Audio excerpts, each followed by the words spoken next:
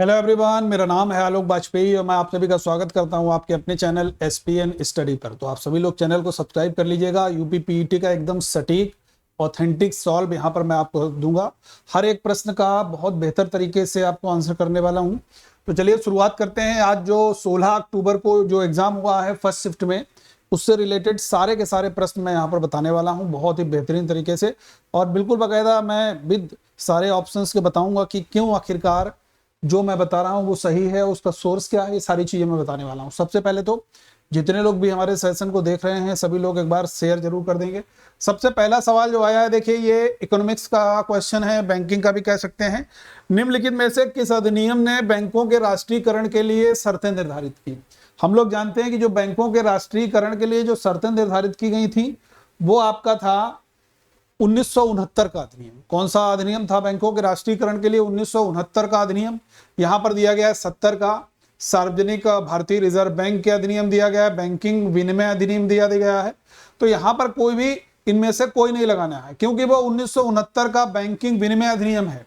अब यहां पर देखो 1969 विकल्प में केवल बैंकिंग विनिमय अधिनियम दिया गया है, ठीक है, दिया गया है। तो यहां पर राष्ट्रीयकरण का अधिनियम जो है वो 1969 होना चाहिए, तो इसलिए इनमें से कोई नहीं होगा। दूसरा जो प्रश्न है वो आप देख सकते हो यहां पर दिया गया 1991 में नई आर्थिक नीति के तहत उदारीकरण और निजीकरण की पहल का प्राथमिक परिणाम निम्नलिखित में से कौन सा था? जो उदारीकरण और निजीकरण की नीति का परिणाम था, हम लोग जानते हैं कॉन्सेप्ट आया था LPG, liberalisation, privatisation and globalisation. बाद में उसमें एम ऐड हुआ, मार्केटाइजेशन हो गया। तो यहां पर अगर हम देखेंगे तो वैश्वीकरण हो जाएगा, तो उसका उत्तर क्या हो गया? वैश्वीकरण। तीसरा आप लोग देख सकते हो,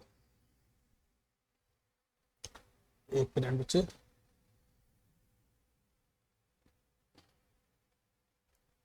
एक मिनट।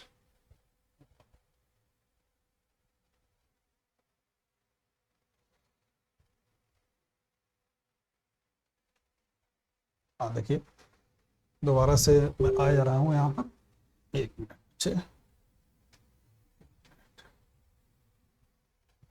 देखिए दो प्रश्न हो गए हमारे, दो प्रश्न आपके हो गए यहाँ पर, और तीसरा ये वैश्वीकरण वाला हो गया हम लोगों का सवाल। तीसरा, निम्नलिखित में से किसे भारत में हरित क्रांति के जनक के रूप में जानते हैं? हम लोग जानते हैं हरित क्रांति के विश्व में जनक जो हैं वो डॉक्टर नॉर्मन ई बोरलॉग हैं, लेकिन भारत में हरित क्रांति के जनक हम लोग कहते हैं एम एस स्वामीनाथन को। अब अगर वर्गीज कुरियन पूछा जाएगा तो श्वेत क्रांति के जनक हैं, दुग्ध क्रांति के जनक हैं वर्गीज कुरियन साहब, ठीक है। तो यहां पर सही उत्तर क्या हो गया? एम एस स्वामीनाथन आपके प्रश्न का सही उत्तर हो गया। अब हम लोग अगले प्रश्न की तरफ चलते हैं। अगला प्रश्न है आपका, भारतीय संविधान के लिए डीपीएसपी, जिसको हम लोग कहते हैं directive principles of state policy, नीति निर्देशक तत्व, तो ये किस संविधान से प्रेरित है? या आयरलैंड के संविधान से प्रेरित है? आर्टिकल 36 से 51 के बीच में नीति निर्देशक तत्व संविधान में वर्णित है, तो आंसर हो जाएगा इसका आयरलैंड। फिर आपका अगला प्रश्न है क्वेश्चन नंबर 5 जो है, भारतीय संविधान के आर्टिकल 19 में कौन सा अधिकार शामिल है? 19 में हम लोग जानते हैं संवैधानिक उपचारों का अधिकार नहीं शामिल है क्योंकि आर्टिकल 32 है। शोषण के विरुद्ध ये 23-24 में, तो ये भी नहीं होगा, ठीक है। धर्म की स्वतंत्रता वाला भी नहीं होगा, तो बचा क्या हमारा? वाक और अभिव्यक्ति की स्वतंत्रता का अधिकार जो है वो आर्टिकल 19 में शामिल है। तो आपका उत्तर क्या हो गया? विकल्प नंबर 2 आपके प्रश्न का उत्तर हो गया, ठीक है, वाक और अभिव्यक्ति स्वतंत्र का अधिकार। फिर आपका अगला क्वेश्चन है क्वेश्चन नंबर 6, संसदीय प्रणाली में कार्यपालिका किसके प्रति उत्तरदायी होती है? बहुत बढ़िया सवाल है। अब देखो यार, विधानमंडल तो राज्य का मामला हो गया, जनता के प्रति तो उत्तरदायी होगी नहीं कार्यपालिका, न्यायपालिका के प्रति उत्तरदायी होगी नहीं कार्यपालिका, तो यहां पर उत्तर हो जाएगा इनमें से कोई नहीं, क्योंकि यहां पर राष्ट्रपति अगर होता तो हम लोग लगा सकते थे, तो इनमें से कोई नहीं, जो विद्यार्थी लगाएगा उसका उत्तर सही होगा। आगे बढ़ते हैं, निम्नलिखित में से कौन सी भारतीय संविधान की मुख्य विशेषता नहीं है? आप लोग बताओगे इसमें। इस क्वेश्चन को देखिए थोड़ा सा पेचीदा घुमाया, इसको मैं सर्कल रखता हूं, इसको मैं स्पष्ट उत्तर आपको इसलिए नहीं बताऊंगा क्योंकि देखो लिखित और विस्तृत संविधान है हमारे यहाँ। एक तो स्टेट लेवल की सरकार चलती है, एक तो सेंट्रल लेवल की सरकार चलती है। एकल नागरिकता, हम लोग भारत के नागरिक हम लोग कहते हैं। सार्वभौमिक वयस्क मताधिकार भी है, तो इसलिए इसको हम लोग छोड़ देते हैं अभी, ठीक है। चलिए खैर आगे बढ़ते हैं। अगला सवाल है, एक हार्स पावर में कितने वाट होते हैं? एक अश्वशक्ति बराबर 746 वाट। कितने होते हैं? 746 वाट होता है एक हार्स पावर में, याद रखना है, ठीक है। और अगला सवाल है क्वेश्चन नंबर 9, कौन सा एक रासायनिक अभिक्रिया नहीं है? याद रखिएगा, कोयले का जलना बिल्कुल रासायनिक अभिक्रिया है, भोजन का पचना भी रासायनिक अभिक्रिया है, कागज का जलना भी रासायनिक अभिक्रिया है, लेकिन पानी का भाप में रूपांतरण, भाप से फिर से पानी बन सकता है। आप कहेंगे कहीं भाप जमा हो गई, हाथ फिराइए पानी बन जाएगा, तो दोबारा अपनी अवस्था में जितने भी आ जाते हैं वो सब भौतिक परिवर्तन, रासायनिक परिवर्तन कभी भी अपनी पुनः अवस्था को नहीं प्राप्त कर पाते हैं। तो इसका सही उत्तर हो जाएगा पानी का भाप में रूपांतरण एक रासायनिक अभिक्रिया नहीं है। ठीक है, उत्तर क्या हो गया? ऑप्शन नंबर डी, पानी का भाप में रूपांतरण। फिर आप पायरिया निम्नलिखित में से किसका रोग है? पायरिया जो है ये आपका मसूड़ों का रोग है। मसूड़ों से कह सकते हो पस निकल सकता है, मसूड़ों से खून आता है, वो उसको पायरिया कहते हैं। एंटीमीबा जिंजीवेलिस कहते हैं ना, उसका एंटीमीबा जिंजीवेलिस के कारण होता है, याद रखना है। आगे बढ़ते हैं, फ्लोएम।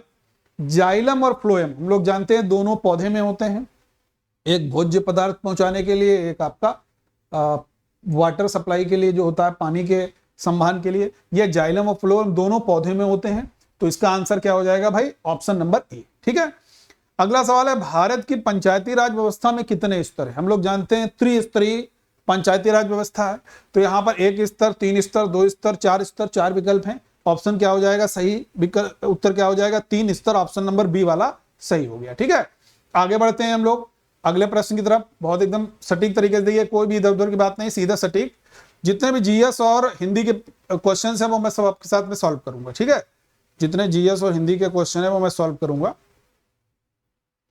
जितने और जीएस और हिंदी के क्वेश्चन है वो मैं सब सॉल्व करूंगा। अगला देखिए, हिंदी का सवाल आ गया, श्वेत और स्वेद, श्वेत और शैद का क्या अर्थ है? इसे कर देता हूं, 1 मिनट। देखिए यहीं पर पहुंच गए हम लोग।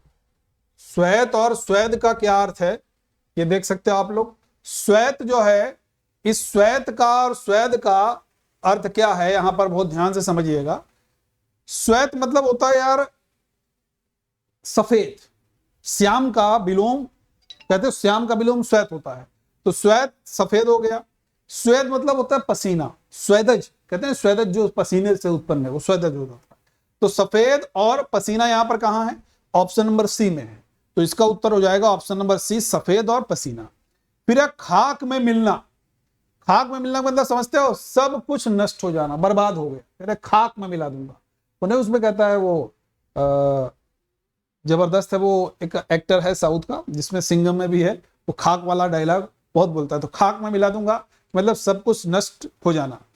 अनिल का पर्यायवाची क्या हो जाएगा? अनिल जो पर्यायवाची है वो वायु का है। अनल अगर पूछा जाता, अनल आग का है, अनिल वायु का है। कल भी मैंने एक क्वेश्चन आया था इससे रिलेट करते हुए मिलाने वाला, तो वहां पर मैंने बताया अनिल जो है वो वायु का हो जाएगा, पवन का हो जाएगा। ठीक है, अनल जो है वो अग्नि का हो जाता है। ठीक है भाई, गुप्त का विलोम क्या होगा? गुप्त का मतलब होता है कोई भी चीज जो है वो मिस्टीरियस हमको रखना, किसी को बताना नहीं, छिपा करके रखना, प्रकट। गुप्त का उल्टा क्या हो जाएगा? प्रकट। तो विलोम पूछा है तो प्रकट हो जाएगा यहाँ पर। सद्भावना का संधि विच्छेद, सद्भावना का संधि विच्छेद सत प्लस भावना हो जाएगा, ये हो जाएगा बी वाला, सत प्लस भावना हो जाएगा। ठीक है, तो ये हम लोगों ने कुछ सवाल डिस्कस किए। आगे बढ़ते हैं जीएस के क्वेश्चंस की, जहां पर शुरुआत होती है वहां पर हम लोग चलते हैं जीएस और हिंदी के क्वेश्चंस की। हिंदी बड़ी कम मात्रा में आई है और मैं जैसा सोच रहा था वैसा हिंदी नहीं आया है।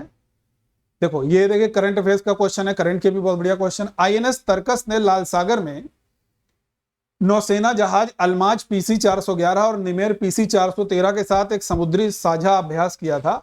ये सूडान, ये दोनों जो आप देख रहे हो ना, ये जहाज अल्माज जो पीसी 411 जो है ये आपका सूडान का हो जाएगा, तो इसका आंसर हो जाएगा आपका सूडान। आगे बढ़ते हैं, जागृति निम्नलिखित में से किस क्षेत्र से संबंधित है? जो सैंपल वगैरह होते हैं, नमूने हैं, वो ग्राहकों के लिए उसकी जांच के लिए उनको भाई दिया जाएगा, तो ये जागृति जो है वो उपभोक्ता जागरूकता से संबंधित शुभंकर है। किससे है?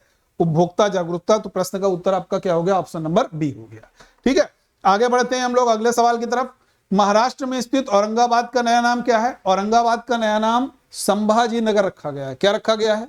संभाजी नगर औरंगाबाद का नया नाम रखा गया है। अगला सवाल है, भारतीय पारंपरिक विज्ञान पर किस देश के सर्वदलीय संसदीय समूह को आयुर्वेद रत्न से सम्मानित किया गया? याद रखिएगा, तनुजा को मिला हुआ है वो यूके वाले देश से। तो यहां पर जो प्रश्न थोड़ा सा घुमा हुआ है, इसका आंसर थोड़ा सा हम लोग होल्ड रखते हैं, लेकिन यूके, बहुत सारी चीजें मैंने देखी इसमें यूके निकल के बार बार आ रहा है, लेकिन चूंकि भारतीय उसको तनुजा को मिला है तो वो यूके के सपोर्ट से मिला है। यहां पर प्रश्न थोड़ा सा घुमाया हुआ है, ये पूछा है किस देश के सर्वदलीय संसदीय समूह को, यहां पर पूछा, तो यहां पर अभी आप लोग यूके ही लगाइएगा। ठीक है, आगे बढ़ते हैं अगले सवाल की तरफ। टाटा पावर सोलर ने किस राज्य में भारत की सबसे बड़ी फ्लोटिंग सोलर परियोजना जो शुरू की है वो केरला में। भाई क्या आंसर हो जाएगा इसका? ऑप्शन नंबर सी, केरला में हो जाएगा। ठीक है, आगे बढ़ते हैं। हिमाचल प्रदेश में 21 दिवसीय संयुक्त अभ्यास वज्र प्रहार 2022 हुआ, ये भारत और अमेरिका के बीच में हुआ, तो इसका आंसर क्या हो जाएगा आपका? भारत और America, United state of America हो जाएगा। ठीक है, आगे बढ़ते हैं भाई हम लोग।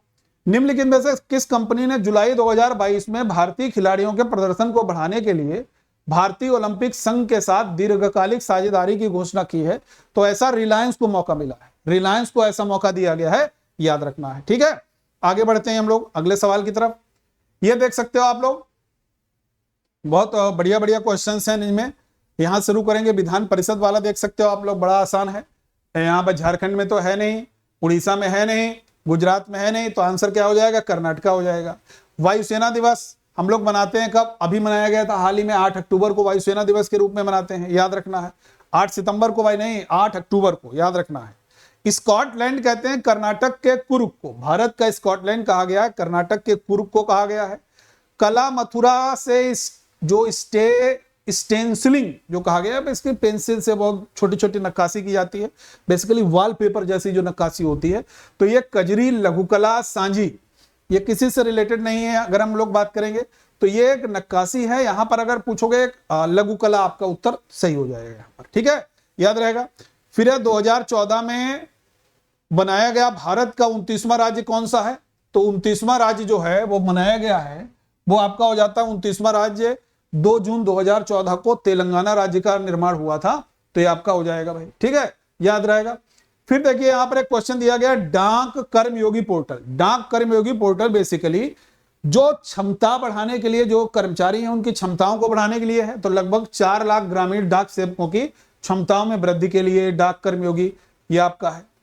इजराइल की राजधानी याद रखना जेरूसलम है भाई, बगदाद तो इराक की है और डबलिन तो आयरलैंड की है, तो ये भी नहीं होगा। ठीक है, तो आंसर क्या हो जाएगा इसका? जेरूसलम, इजराइल की। फिर एक कौन सा देश भारत के साथ सबसे लंबी अंतरराष्ट्रीय सीमा साझा करता है? हमने बताया एक कोड भी BCP NMB, बांग्लादेश 4096 किलोमीटर सीमा साझा करता है, तो इसका आंसर हो गया भाई आपका बांग्लादेश। तो ये हमने आपके साथ में GS GK के क्वेश्चन यहां पर डिस्कस कर रहे हैं, कुछ और क्वेश्चंस हैं अभी, याद रखिएगा। यह दिया गया है, किस व्यक्ति के ने प्रसिद्ध पुस्तक The Story of My Experiment with Truth? Mahatma Gandhi हो जाएगा इसका आंसर, बहुत आसान सा है। कौन सा हो जाएगा? महात्मा गांधी हो जाएगा।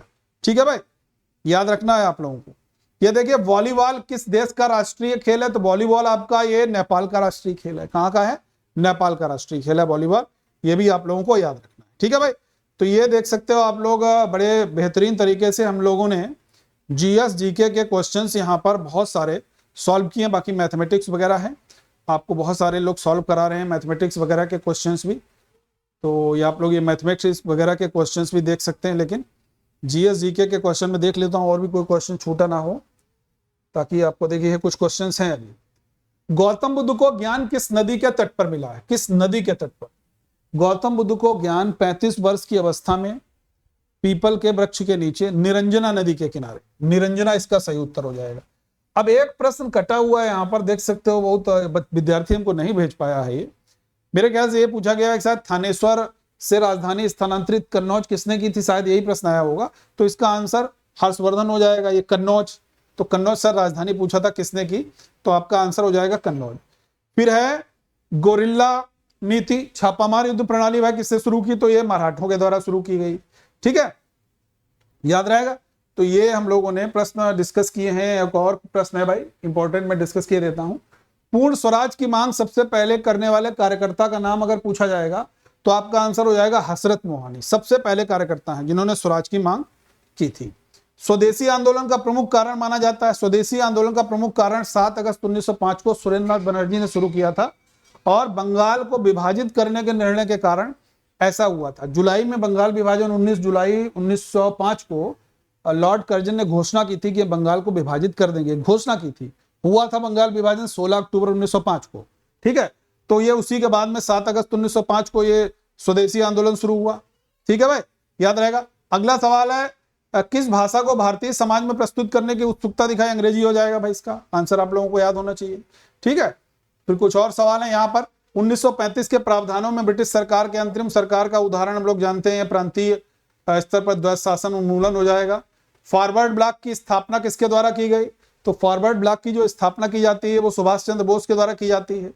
अब यहाँ पर यह सवाल देखिए आप लोग, खिलाफत मुद्दे को उठाने के महात्मा गांधी के निर्णय के पीछे मुख्य कारण क्या था?